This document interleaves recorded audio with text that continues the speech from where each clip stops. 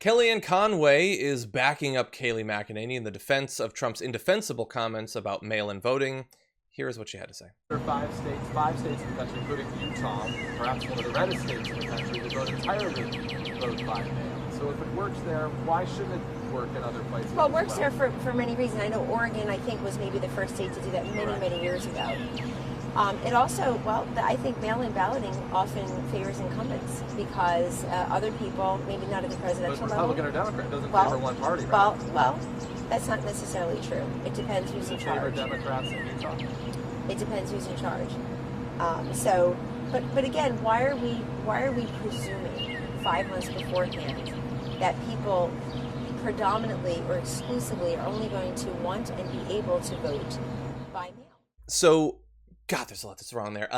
So she tries to pretend that mail-in voting is a scheme put in place by the incumbents, and when the reporter points out, okay, so then is that true in the red states that have been doing it for a long time? And she's like, no, it depends. It depends. Okay, what does it depend on? She doesn't know. She's not going to say. It depends on who I want to win. Exactly. That's how I'm going to change my argument. And what position I've been forced into defending that I have no personal stake in and didn't think I would have to be commenting on, because that's what the job is. The best solution, according to how we should make America work, is to make it as easy for people to vote as possible. Mail-in voting doesn't even do that.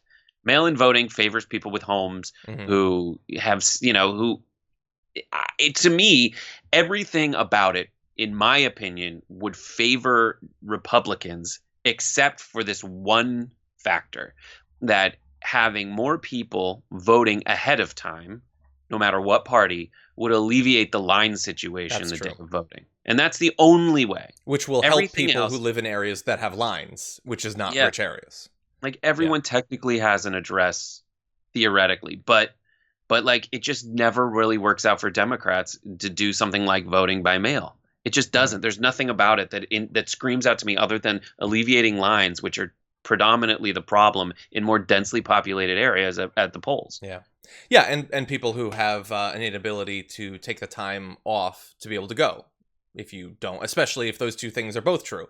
If you work multiple jobs and don't have much time and live in an area that's probably going to have long lines, it would be nice to be able to vote by mail and vote early. Other claims that she made there, why are we just assuming that lots of people or the majority or everyone are going to want to vote by mail? Well, that's a good devil's advocate. Because of the pandemic, 100,000 people have died. People are understandably skittish.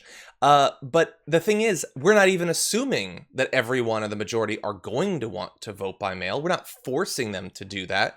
We're trying to make it available for them to do that. What's being sent out are applications to vote by mail.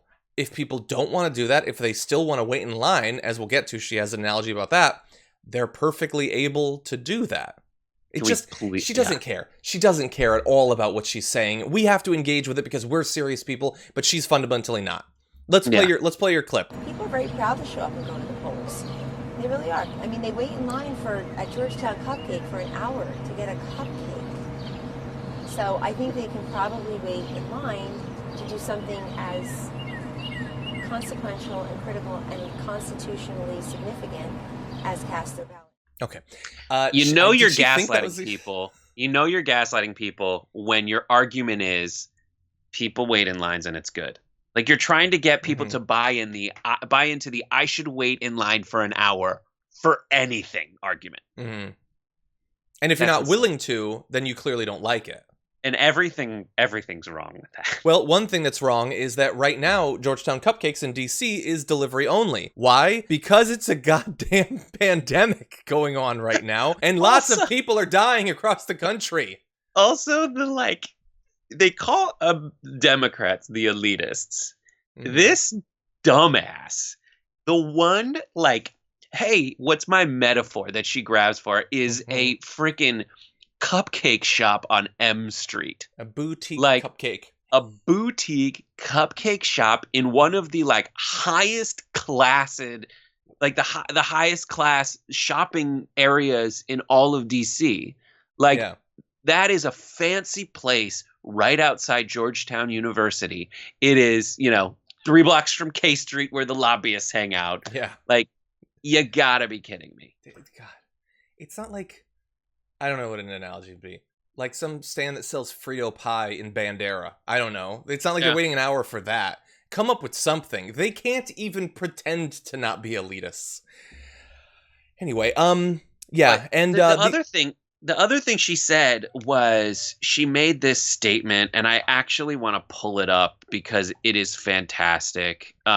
This was her actual quote. Next, it's online voting. Then pretty soon, we're just going to have DoorDash and Uber Eats deliver everything we need, including our ballots. That sounds awesome.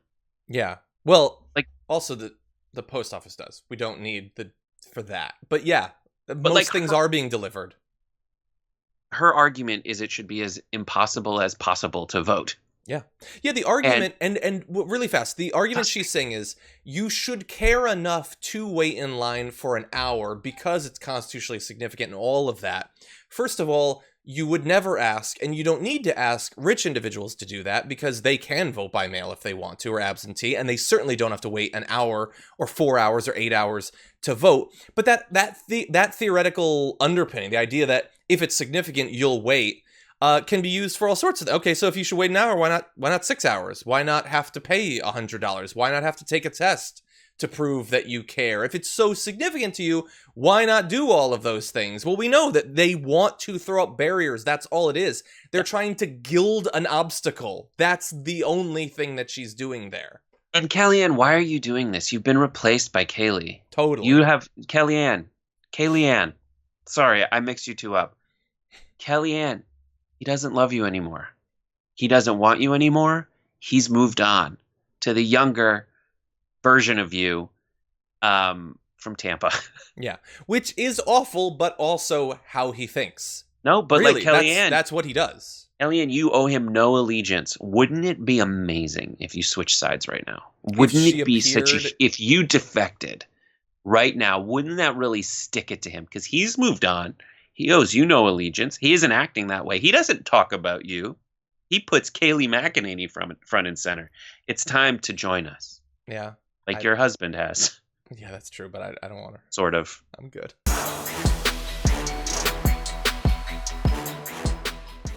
Check out the Damage Report podcast each day, wherever you get your podcasts, whether Pocket Casts or Stitcher or iTunes.